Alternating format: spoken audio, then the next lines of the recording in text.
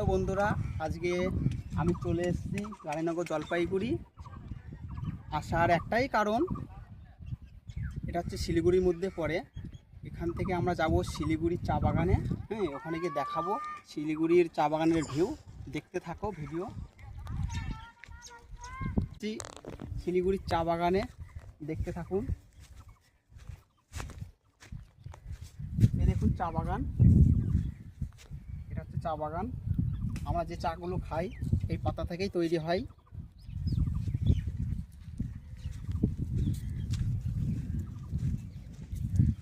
এগুলো হচ্ছে পুরনো পাতা বন্ধুরা, আর যেগুলোতে চা বানায় সেগুলো একদম কচি পাতা, একদম সবুজ দেখতে পাচ্ছেন। যাই হোক, চা বাগানের ভিউটা দেখুন। আর এই বড় বড় গাছগুলো, এগুলো চা গাছের পক্ষে ভালো, কারণ এই গাছগুলো ছাওয়া দেয়। হয়তো বইতে পড়েছেও অনেকেই। আর কারা কারা চা বাগানে এসছো অবশ্যই কমেন্টে জানাবেন।